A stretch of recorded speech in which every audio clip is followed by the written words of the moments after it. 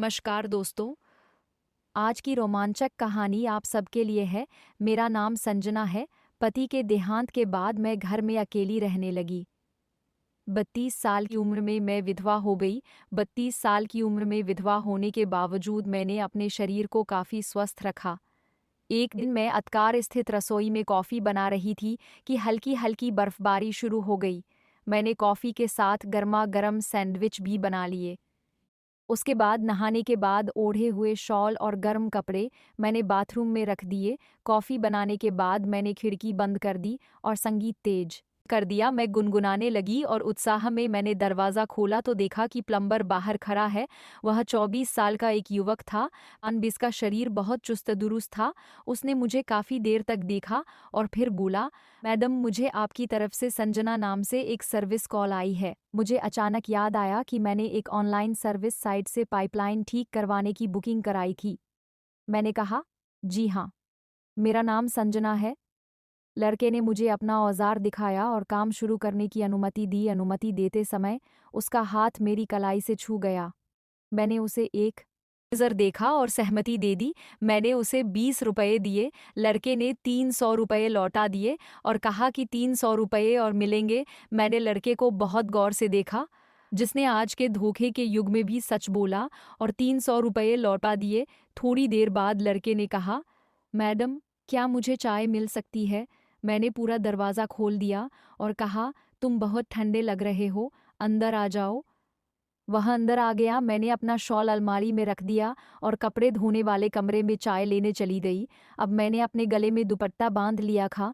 थोड़ी देर बाद मैंने लड़के को चाय दी। जैसे ही मैं चाय देते हुए थोड़ा झुकी, लड़के की निगाहें मुझ पर टिक गईं और उसकी आंखें चौड़ी हो गईं। चाय पीते हुए लड़का मेरी ओर देख रहा था। सोच रहा था कि किसने खांसा होगा। मैंने कहा, क्या तुम्हें सर्दी लग गई है? अभी बहुत बर्फ गिर रही है। अगर तुम चाहो तो थोड़ी देर यही रह सकते हो। तुम्हारे कपड़े भी काफ़ी ठंडे हो गए हैं। अगर चाहो तो बाथरूम में जाकर गर्म हो सकते हो। लड़का बाथरूम में गया। उसने दरवाज़ा बंद किया और हीटर चालू कर दिया।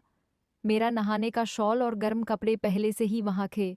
लड़के ने अपनी जैकेट निकाली और पहले उसे शॉल में लपेटा और फिर उससे अपने शरीर को गर्म किया। उसने अभी मेरे गर्म कपड़े हाथ में लिए ही थे कि बाथरूम के दरवाजे पर दस्तक हुई। उसने मेरे कपड़े दरवाजे पर रखे और दरवाज़ा थोड़ा सा खोलकर बाहर देखा और बोला, हाँ, क्या हुआ मैडम? मैंने उसे एक नीला स्वेटर दिया और कहा, इसे पहन लो। लड़के ने स्वेटर पहन लिया और अपनी जैकेट सुखाने लगा। लड़का काफ़ी देर तक बाथरूम में रहा। मुझे समझ नहीं आ रहा था कि वह इतनी देर तक क्यों इंतज़ार कर रहा है।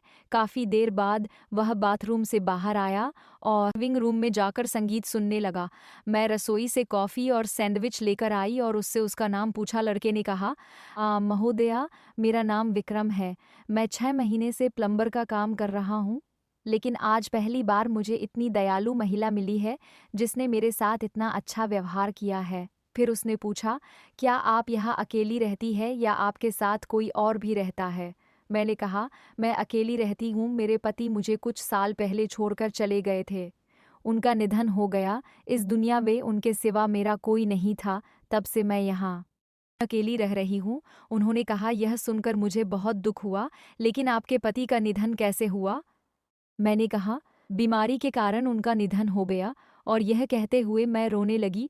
विक्रम ने मेरे दुख को समझने की कोशिश की और अपने बारे में बताया कि उन्होंने इंजीनियरिंग की पढ़ाई की है और पिछले 6 महीनों से इसी शहर में रह रहे हैं। वे यहाँ अच्छी नौकरी की तलाश में आए थे था, लेकिन जब उन्हें कोई नौकरी नहीं मिली तो उन्होंने एक प्लम्बिंग कंपनी में काम करना शुरू कर दिया। वे मुझे अपने जीवन के बारे में बहुत ही विनम्रता से बता रहे थे और मुझे भी उनसे अपने दुख के बारे में बात करने का मौका मिला। आज इतने दिनों बाद किसी से बात करके मुझे बहुत अच्छा लगा। विक्रम बहुत ही समझदार इंसान थे। हम दोनों 2 घंटे तक बातें करते रहे। नहीं चला कब मैं अपनी छुट्टियों से वापस आई और विक्रम को अपनी यात्रा की तस्वीरें दिखाने लगी। विक्रम ने कहा, सच कहूँ तो तब तुम किसी परी से कम नहीं की। मैं मुस्कुराई। उन्होंने कहा, और अब भी क्या मैं परी जैसी नहीं दिखती?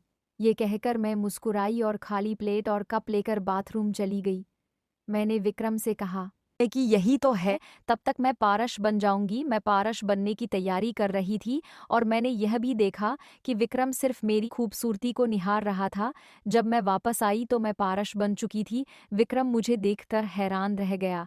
मैंने उससे पूछा, बताओ तुम्हें मेरा ट्रिप एल्बम कैसा लगा? विक्रम ने कहा, बहुत सुंदर। वह मेरी गर्दन को निहार रहा था और बहुत मीठी आवाज में बोला, पायस, तुम में अभी भी कोई कमी नहीं है।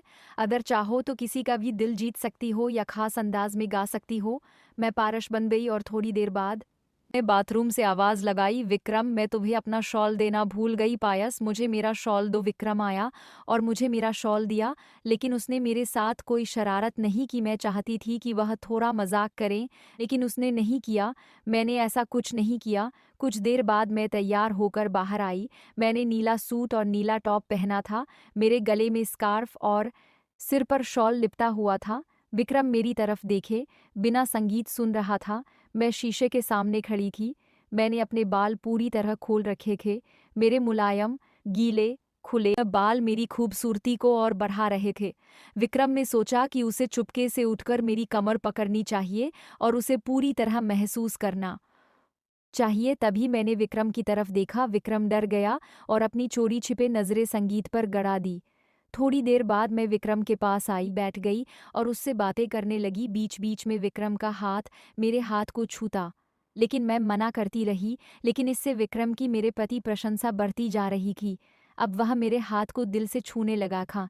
इसी तरह शाम 5 बजे बर्फबारी धीमी हो गई थी। मैंने शाम का नाश्ता बनाया और हम दोनों नाश्ता करने लगे। विक्रम ने पूछा, तुम दोबारा शादी क्यों नहीं कर लेती? अब नहीं करना चाहती? हाँ, ऐसा ही है। और वैसे भी कोई न कोई पागल तो होगा ही जो तुम्हें मुझसे शादी करने के लिए मनाने की कोशिश करेगा।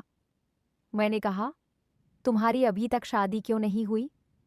विक्रम ने कहा, मेरी माँ मुझसे कई बार शादी करने के लिए कहती है, लेकिन मैं हमेशा मना कर देता हूँ। मैं उनसे कहता हूँ कि मुझे अभी तक कोई लड़की पसंद नहीं आई है और जब आएगी तब मैं शादी कर लूँगा। मैंने पूछा, तुम्हें किस तरह की लड़की पसंद है? उसने कहा, सिर्फ वही जो तुम्हारी तरह समझदार हो, तुम्हें घर के सारे काम आते हैं, तुम मुझे भी रोज की तरह गर्मा गर्म कॉफी और सैंडविच खिला सकती हो। मैंने उसकी बात समझते हुए कहा, लेकिन विक्रम ने कहा, मैं तुमसे 8 साल बड़ा हूँ और मैं भी विधवा हूँ। विक्रम ने कहा, क्या हुआ? तुम्हारे पति की बीमारी से मौत हो गई, लेकिन इसका मतलब यह नहीं कि तुम जिंदगी भर अकेली रहोगी। तुम्हें भी खुश रहने का हक है और मैं तुम्हें खुश रखूंगा। मैंने चिंता जताते हुए पूछा, लेकिन क्या तुम्हारे माता पिता तुम्हारा सम्मान करेंगे? तुम अभी जवान हो, अगर तुमने विधवा से शादी कर ली तो हमारे माता पिता तुमसे बात करना बंद कर देंगे। विक्रम ने मुझे समझाया, अरे मुझे शादी करनी ही है, वरना मेरी मम्मी, क्या तुमने मेरे पापा की बात नहीं सुनी कि जब तुम्हें अपना दिल मिल जाता है तो कोई क्या करेगा? रात के 8 बज चुके थे जब विक्रम का फोन बजा। उसकी मम्मी ने फोन किया था। वह बात करने के लिए बालकनी में चला। मैंने कान दरवाजे से लगाकर विक्रम की सारी बातें सुनने की कोशिश की। विक्रम को लगा कि मैं उसके साथ हूँ। फिर विक्रम ने कहा, नहीं मम्मी, अब आपको किसी लड़की को देखने की ज़रूरत नहीं है। मुझे यहाँ एक लड़की पसंद है और मैं उससे शादी करूँगा। ये सुनकर मुझे शर्म आ गई और मैं बिना देखे विक्रम को देखने लगी। उसके बाद विक्रम ने मुझे फ़ोन काट दिया और मैं पीछे से आकर उसे गले लगा लिया। विक्रम ने मुझे अपनी बाहों में भर लिया और फिर से बर्फबारी शुरू हो गई। मैंने विक्रम को रोका और कहा, अगर आपको कोई आपत्ति न हो तो आज यही रुक जाइए। विक्रम भी पूरी रात मेरे साथ रुकने की सोच रहा था। मैंने कहा, मैं लिविंग रूम में सोऊंगी, आप बेडरूम में सो जाइए। उसने कहा, ये घर तुम्हारा कैसे है? आप बेडरूम में सोएगी, मैं लिविंग रूम में सोऊंगा और वैसे भी मुझे ज्यादा आराम की आदत नहीं है। मैंने कहा। विक्रम ने मुझे गले लगाया और